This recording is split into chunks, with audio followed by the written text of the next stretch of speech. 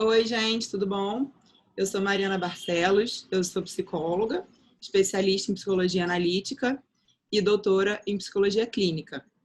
E estou aqui hoje com a Carmen Zuani, que foi idealizadora do nosso projeto no Instagram e no YouTube, chamado Conversas em Família.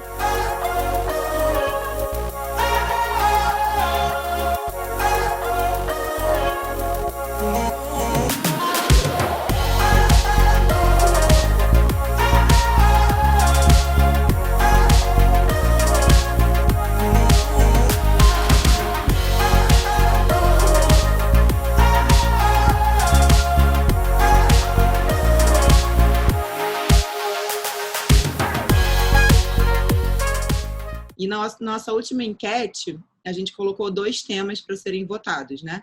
O primeiro foi o mito do amor materno e o segundo foi aspectos psicológicos dos primeiros cuidados da mãe em relação ao bebê, né? Então, como a gente teve esses 2 temas bem votados, assim, a gente teve um empate até o segundo tempo, no 45 do segundo tempo, teve um desempate, mas como os 2 foram significativamente votados, a gente resolveu fazer um vídeo que abordasse os 2 temas e até fazendo alguma articulação entre eles.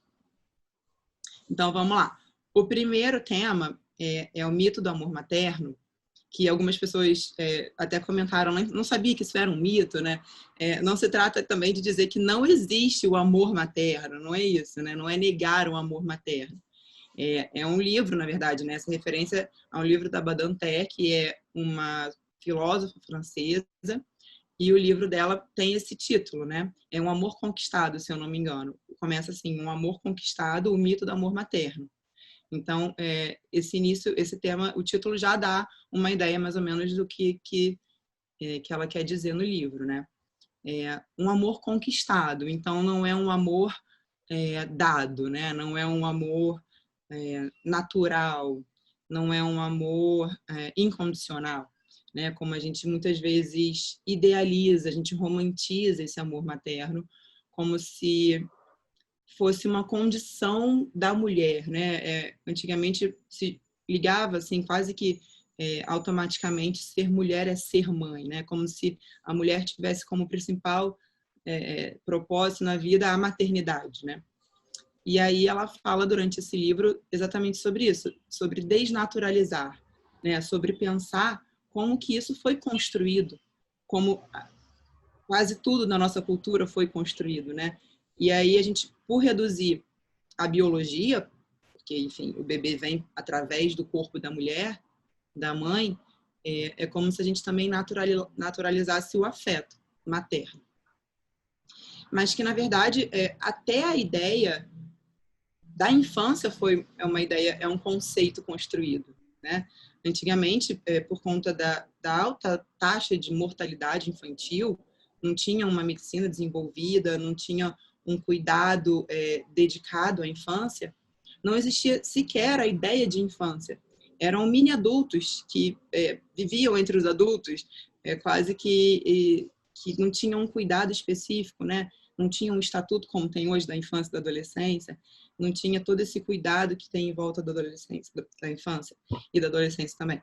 Antigamente, as crianças, por morrerem muito, ela levanta até a hipótese dessa falta de cuidado funcionar como uma defesa do sofrimento diante da morte, né? Da grande mortalidade infantil.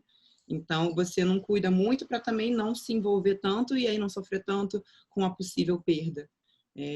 E aí as crianças eram muito cuidadas, assim, pela ama de leite, né? Ou deixadas em orfanatos e, enfim, tinha muito essa prática antigamente, né? E aí lá, eu acho que por volta da metade do século XVIII, mais ou menos, é que começa essa construção da infância, que vem junto com uma construção de uma família burguesa, né? De uma privatização da família. E aí vem junto a história, tem até um livro do Arrier, né, do Philippe Arrier, que também conta essa história dessa construção dessa família, da construção, inclusive, espacial da casa, onde ficava a cama, o quarto, a sala. Isso são tudo construções, né? A gente, às vezes, dá como dado, assim, mas houve uma evolução, assim, uma construção, não sei se uma evolução, mas, enfim, uma construção em cima disso tudo. Essa divisão, a divisão de tarefas, que tem a ver com a divisão do gênero, né? De acordo com o gênero, vem as tarefas.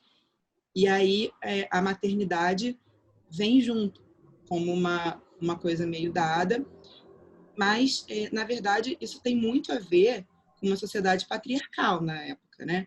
Em que a mulher não tinha direitos, que foi adquirindo com o tempo, com as lutas feministas todas, e que o feminino era reprimido, ele era manipulado e ele era direcionado de acordo com os interesses, em maioria patriarcais, né?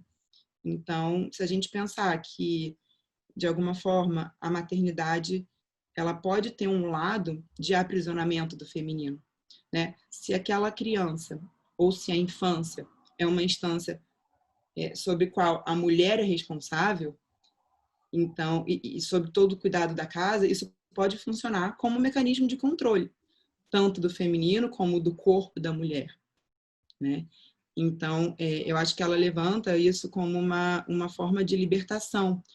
Se a gente souber essa história, né, dessa história, a gente pode, inclusive, decidir, hoje em dia, claro, na época com muito mais dificuldade, mas com toda a evolução da medicina, com toda a evolução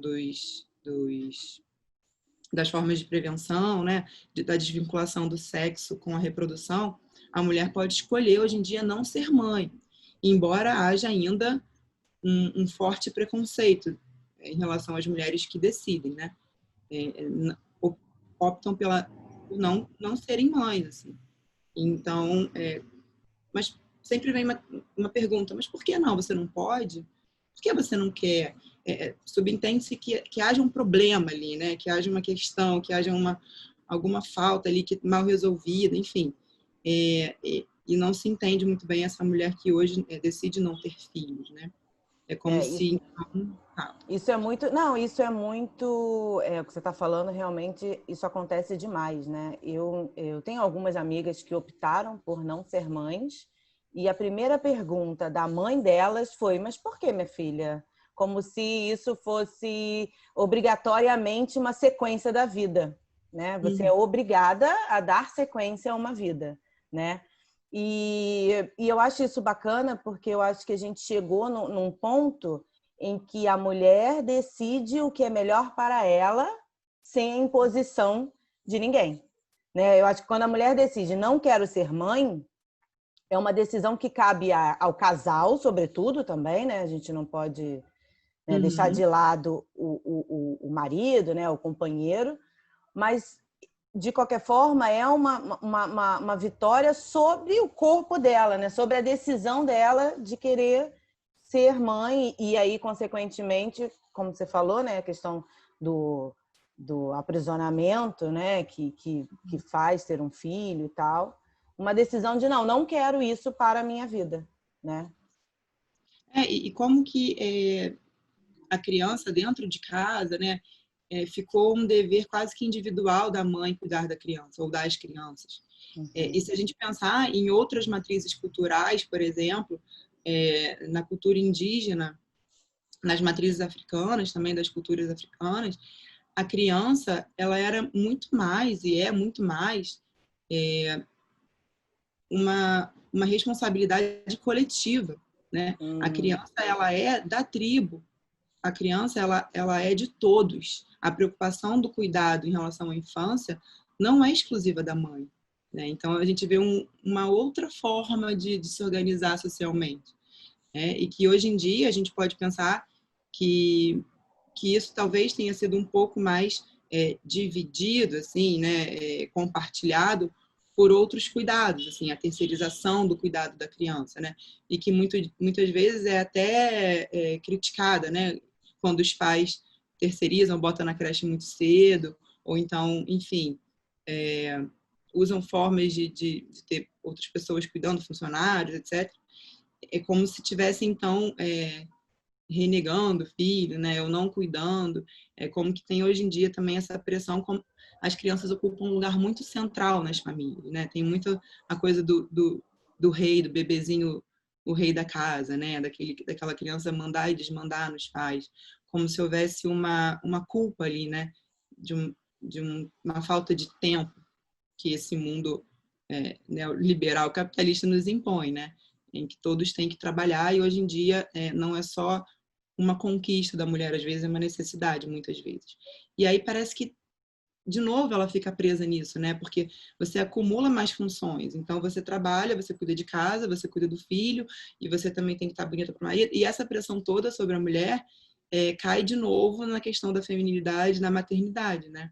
O que é isso que a gente está fazendo? Assim, que maternidade é essa que ainda tem uma pressão sobre a mulher, que ainda de alguma forma exerce um controle sobre a mulher, né? E que muitas mulheres reclamam disso. A gente vê na clínica, nos consultórios, muitas mulheres tendo problemas em admitir talvez um arrependimento ou uma culpa por não ser aquela mulher perfeita que era suposta de ser uma mãe muito amorosa, né? E que aí essa negação desse outro lado que a gente muitas vezes não quer ver, né? De uma raiva, de um ódio do filho e de todas as restrições que são impostas pela maternidade, né? De toda essa ideia de liberdade que é vendida para os jovens, né? Que pela biologia da maternidade limita muito a mulher, né? Mulheres que são acostumadas a viver uma vida muito fora de casa, que trabalham, têm o lazer, viagem, tal, a maternidade realmente vai embarrear muitas dessas funções. Então, como lidar com isso, né? Como compreender que o filho não é diretamente responsável, né? Mas ao mesmo tempo né? Então, a Badanté, ela vem questionando essa maternidade, o conceito de maternidade e talvez propondo uma maternagem, de forma que cada mãe vai desenvolver a sua própria maternagem, né? E que isso deveria então ser descoberto de uma forma subjetiva, individual, construído e livre de tanta culpa, talvez, né? De tanta pressão social que está aí embutido, eu acho, um mecanismo de controle ainda sobre a mulher. Você acha, Mari, que essa questão da culpa materna vem um pouco disso? Assim, ela é gerada não sobre a perspectiva da mulher, mas sobre a perspectiva que a sociedade tem da mulher?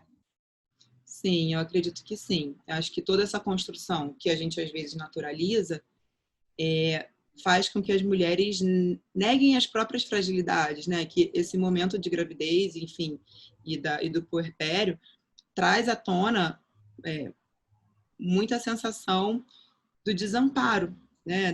Daquele desamparo lá primordial e do desamparo mesmo, muitas vezes social, familiar, ou do pai da criança, enfim, da própria família.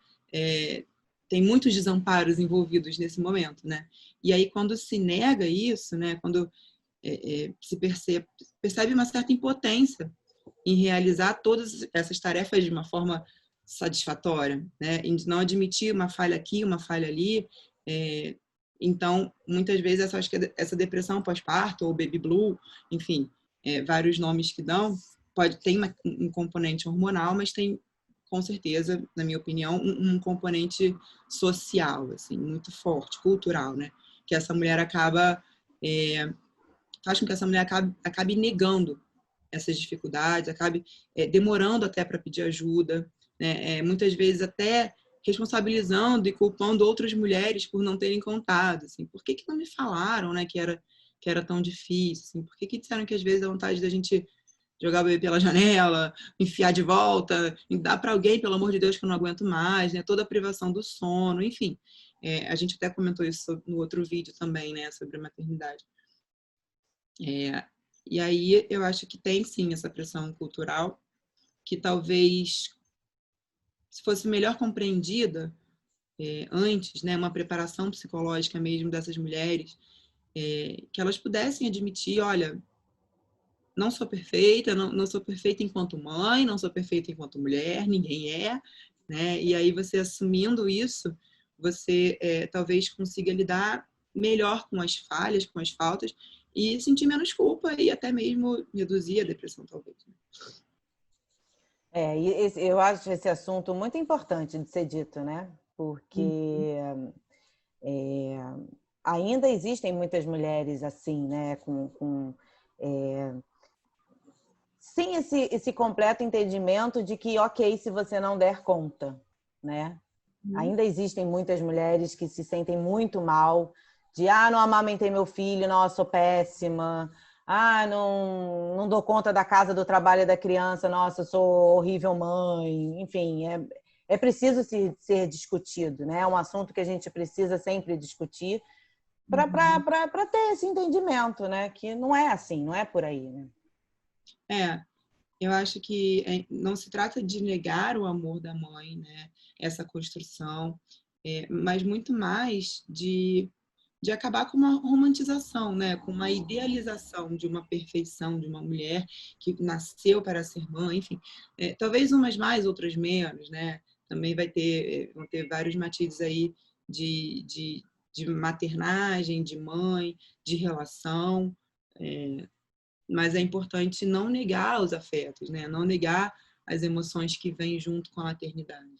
Eu acho que é um assunto que a gente deve falar sempre, porque está diretamente ligado à vida, né?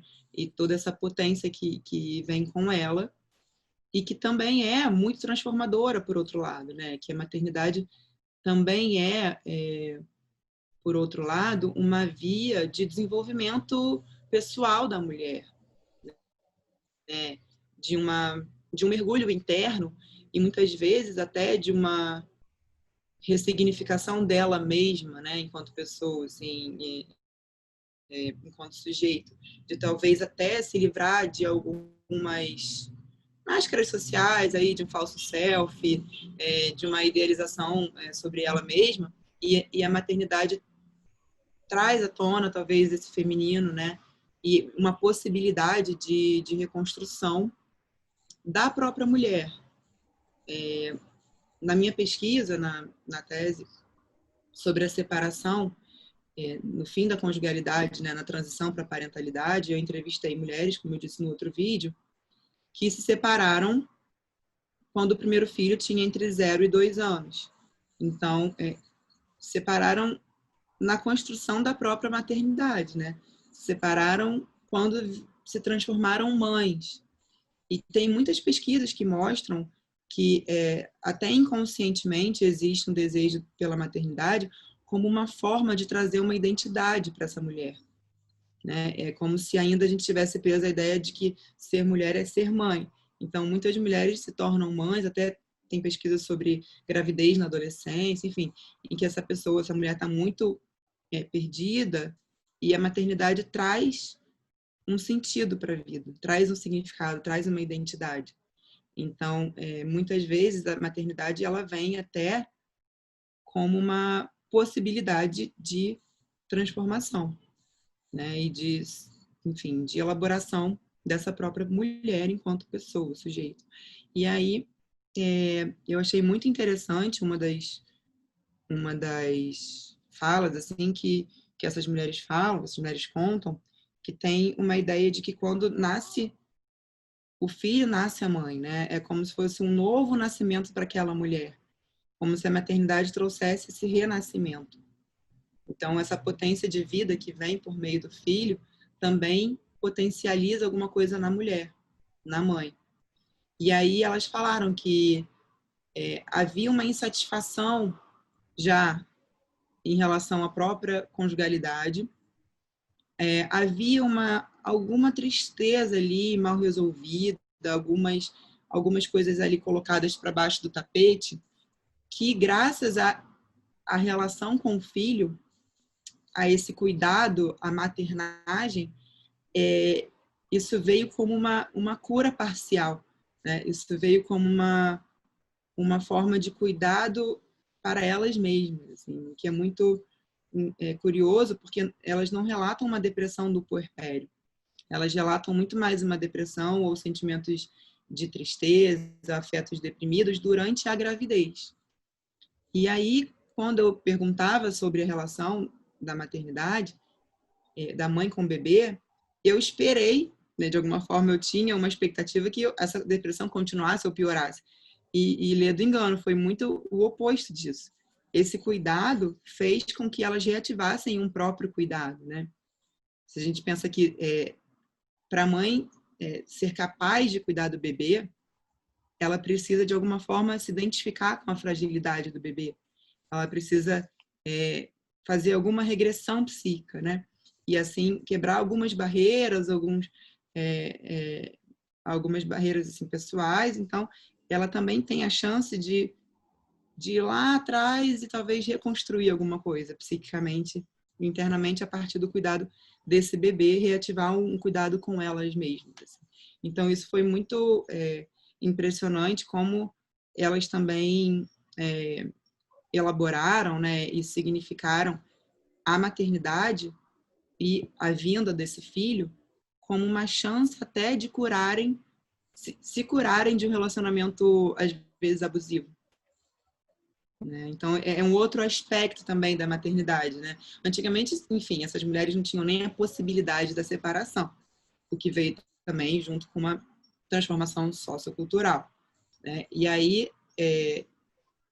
esse filho, antigamente, ele não tinha nem essa função de fazer com que essa mulher saísse de uma relação, né, insatisfatória. Elas tinham que ficar, enfim, e davam outros jeitos, ou não dava jeito, continuava ali. E hoje tem essa possibilidade. Então, existe uma ressignificação dessa maternidade em relação às mulheres que se separaram, que ganharam força a partir da maternidade para se reconstruírem enquanto sujeitos. Assim. Isso é muito interessante, né?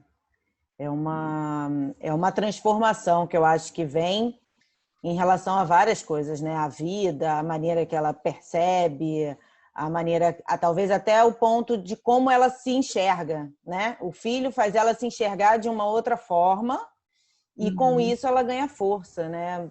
Não sei se tem alguma coisa aí meio inconsciente do tipo, pô, se eu conseguir trazer vida, né? Se eu conseguir gerar essa vida, se eu tive essa força de cuidar disso aqui, né?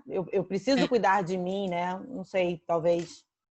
Isso, elas relataram isso também, que elas se sentindo capazes de cuidar de uma vida, realmente aquilo fez com que elas reunissem forças e se sentissem capazes então de cuidar da própria vida, independentemente de um homem, né? E de fazer ainda mais e tal, e de trabalhar e tal. Eu realmente fiquei emocionada durante as entrevistas, sabe? Porque elas relatam um afeto perdido, né? Uma autoestima perdida, uma coisa de criatividade, uma potência criativa mesmo, que talvez estivesse abafada dentro de uma relação insatisfatória. Então, é como se a maternidade viesse através de uma força do feminino trazer essa renovação para essas mulheres, assim. Enfim, distantes aí, talvez, de uma idealização, né? Porque talvez até tivesse uma idealização antes, mas o cuidado foi trazendo alguma coisa do real, né? Alguma coisa de realidade ali, um dado de realidade que o filho traz junto, né? Enfim, que passa por uma reconstrução, assim, que sai de um bebê imaginário, talvez ali dentro de uma família idealizada, e aí traz um dado do real, de realidade, e talvez aproxime essa mulher do próprio desejo, né? Do que ela realmente quer, e sair de uma checklist, como se houvesse casar, ter filho, trabalhar, comprar uma casa, comprar um carro, e que aquilo fosse de uma forma fria, né? De ver a vida, assim. Não é uma agenda, tem uma relação com o próprio desejo, né? As coisas passam a fazer, então, mais sentido para elas a partir da maternidade, assim. E aí, eu acho que elas também desenvolvem uma empatia por meio desse cuidado em relação ao filho, em relação a elas próprias, né? Como a maternidade, então, pode ser vista por vários vieses, assim, né? Como ela, por um lado, pode ser uma forma de barrar a liberdade da mulher, mas, por outro, de trazer essa liberdade, né? Então, dá para ver os dois lados da maternidade. Eu acho que essa foi uma articulação que eu achei interessante desses dois temas, porque eles pegam a maternidade nessas duas dimensões, assim, dentro da mulher. na vida das mulheres. Muito bom, Mari, muito bom, muito esclarecedora. Eu acho que, espero que, de novo, né, como a gente falou no outro vídeo, o nosso interesse maior no projeto, no Conversas, é mesmo levar informação e de alguma forma ajudar, trazer alguma luz, né, para pessoas que atravessam situações como essas, que são muito comuns e pouco faladas, eu acho, né? Talvez haja uma preparação muito da ordem prática do cuidado com as crianças e pouco da ordem psicológica, né? Do cuidado com essas mulheres e com essas famílias. Não se trata aqui, importante frisar, de culpabilizar o homem, tá? Eu acho que somos todos filhos de uma cultura, né? Estamos todos aqui dentro, enfim, e todos esses mecanismos de controle prejudicam a todos nós, né? Eu acho que o interessante é a gente rever de que forma a gente perpetua esses mecanismos de controle e como que a gente pode ver na gente formas de aumentar a liberdade nas relações, né? Que de alguma forma a maternidade ela também tira essa mulher de um infantil talvez idealizado também, em que ela talvez assim a gente se livrar de uma onipotência acho que é uma tarefa de vida, né? Porque o bebê ele quando nasce ele se sente ali completamente conectado com o mundo, ele é o mundo, né? Tudo que ele quer acontece, é como se houvesse uma onipotência. E a mãe tem muito a função de ir quebrando essa onipotência paulatinamente e fazendo com que ele entenda que há um espaço entre o eu e o outro, né? Mesmo que de alguma forma, enfim, ilusório também, porque de alguma forma existe um retorno, né, a essa ligação com o todo, né? Mas inicialmente o bebê precisa se individualizar, né? E essa é a função da mãe. E depois existe esse retorno de uma forma individualizada, mas não de uma forma simbiótica, não de uma forma talvez patológica. Então, eu acho muito importante esse desenvolvimento pessoal da mulher para que ela consiga fazer isso para o próprio filho, né? Para não fazer uma cola ali e também não prejudicar no desenvolvimento da própria criança. Então, é uma tarefa para a vida, né? E entender esse limite do eu e do outro e, ao mesmo tempo, entender, de alguma forma, uma dependência relativa, né? Um nível de interdependência entre todos nós. Porque se você cai numa dependência absoluta, você também não se diferencia. Isso tem um pouco a ver da questão que muitas mulheres falam, né? Ah, eu crio meu filho para o mundo. Tem um pouco a ver isso? Eu acho que eu gosto muito de pensar que a saúde está no equilíbrio, né? A saúde está muito mais relacionada ao meio do caminho, dentro também relacionando a uma sabedoria oriental, né? O caminho do meio, o equilíbrio. É lógico que também é ilusório, mas a gente tenta sempre se aproximar dele. E os extremos seriam, então, mais ligados a patologias. E se a gente pensar numa mãe muito ligada ao filho, onde não há muita diferença, onde há uma simbiose, isso está ligado à patologia.